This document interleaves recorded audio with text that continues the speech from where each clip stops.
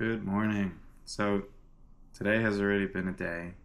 It is still the morning, technically before work, but I've been on work meetings since 7 a.m. this morning. Um, yeah, so I tried to wake up early to get my ride in, and I did not succeed. So there's that. Now I'm gonna have to do the ride in the afternoon, which isn't a huge deal. I tried waking up at like 4:45, 4:40, just to, you know, get it done. But I went to bed kind of late because of studying, like around 11 or so. So, and when times like this present themselves, sometimes I'd rather just get the rest and let the body recover and, hit the ride later. It's just an easy hour and 15 on the bike. Not really like pushing any power today. So I don't mind letting that be the break that I have between work and then studying again to structure my day a little bit. It's not ideal. I'd like to get it done in the morning, but messed up today. So that is what's going on. Yeah, these updates are pretty easy. I might have to start finding like a topic or two to talk about briefly when I do these, just so that it's actually adding value to people watching. It's kind of maybe a little bit silly just to talk about my morning and my life, but maybe that's also just my mind at work, because some people think that, and I'm included in this category, to make content you really need to have something to say prepared. And I think the act of making this daily style show, which I'm only doing this because of the Expert Secrets book, but the whole concept here is finding your voice and finding or developing this skill of speaking in front of the camera, creating content, like stuff like that. So through this, I'll get better at creating YouTube videos, of course, and Instagram, but I'll also get better at presenting information in a way that people actually want to consume. And hopefully, through that process, I can, help others. And that's like the standard goal. Obviously, I'd like to create some money out of this, but everybody seems to say once they start developing impact and developing a following, that they tend to, their view tends to broaden. And once you're not worried about that or thinking about that financial goal anymore, it more turns into an effort of impact and what impact you're leaving on other people. So that'll be my side homework, to start thinking about what kind of impact would I like to leave on the people that watch this. Short answer without putting any deep thought on it. Living a healthier lifestyle, working hard. These are values that I myself hold myself to. Working hard towards your goals and doing hard things and achieving success in whatever that means to you through sheer effort. That would be one of my ideals, and that I think is shown through this PE prep, my Ironman preps, pretty much all of it. Not to ramble on there, but the word grit comes to mind. Anyway, I will get to work, and I'll probably check in before studying later, or before hopping on that bad boy. Not too sure if you can see my bike over there, my very small apartment, but that's the plan. So yeah, see you later. Hey everybody, I got back from work not too long ago. I hopped on the bike, and I know it probably doesn't look like it because I am fairly sweaty, but we're doing a easy zone 2 ride. I have my, I don't know if you can see that all the way over there, but I've got my laptop set up on my desk. Just got Zwift running over there. Figured, I don't really need to keep an eye on that thing for like too much more than general time update once in a while. Again, it probably doesn't look like it, and since I'm talking I can see my heart rate is like 130, 135, which,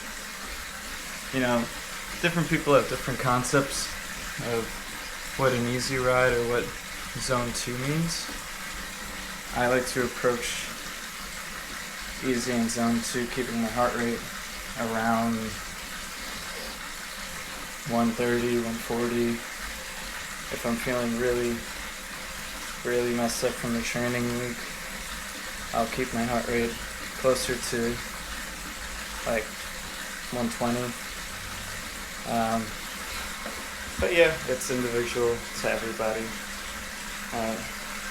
Something I learned in my last prep actually was on these easy rides, depending on your load for the rest of the week, you kind of really need to take advantage of these perspective. So I don't mind working up more of a sweat on a day like today. But if I was doing more speed sessions in this week, I would probably be less inclined to pump out a sweaty effort, I'll call it, and maybe get a fan on me so that I'm not overdoing it. This sweat is really because the room is hot and I forgot to turn my AC on prior to getting started, but I'm also the type to not want to stop once I get started, so there's that. Like I said, today will be an hour and 15 minutes, zone 2, and I bet that once I stop talking, I will probably settle back into a groove of around 120 beats per minute and continue watching YouTube. So today specifically we're watching Chris Bumstead, as I discovered over the weekend. I'm really liking his content.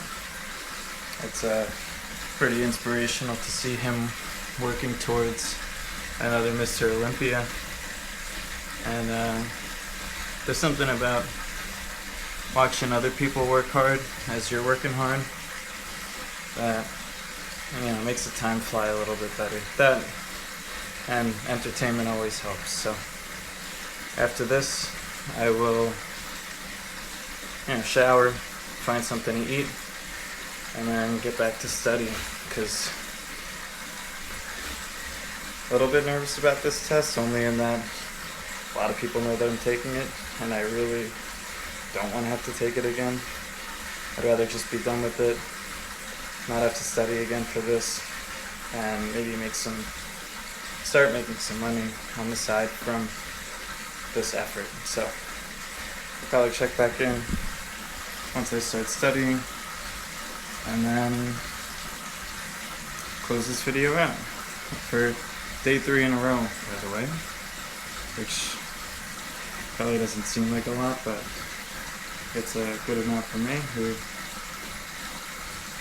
I'm not used to documenting things like this and speaking in front of the camera. So all the practice I can get until these videos actually start not sucking so bad. Alright, talk to you later. What's up, YouTube? Just checking in after the run. Wanted to show you a bit of what I was talking about here. So, I don't know how well you can see that, but I'll just read off the stats I was talking about before.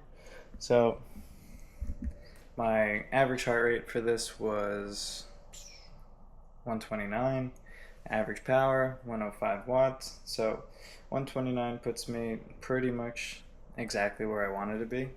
As far as Zone 2 is concerned, you'll probably get people in the comments who try to fight with me and say Zone 2 should be in this blue area, but I think I know what I'm doing at this point. Every time I'm in that blue zone, it kind of says that I'm in like an active recovery state, not necessarily Zone 2 training. My goal in this is base building, aerobic base building, and I found that the most benefit comes from spending time in that zone on these easier rides. Some other stats for you real quick. I traveled 22.2 miles in an hour and 15 minutes. I'm not going to do the math for you on that, but I'll end this ride. And save. And this starts the 3-week streak of getting back on the bike at least once a week. And over the course of this training, unless I get very sick at any point in it, that'll likely be almost a 40-something week streak by the time it's race day again. So this game is a consistency game. That trend will likely improve over time. I'm imagining that by the end of the prep, I'll be holding like 150 in a lower heart rate than what I hit today as my average, just because my body's building back up into the fitness that I was at before finishing the race. So if you put any weight on Strava's fitness level, I'm at about 50% what I was on race day. I think my fitness score was like in the 130s, and now I'm in like mid 60s. So excited to see that come up over time and get to make good use of this cooler weather so I can increase my running VO2 max in preparation for next year's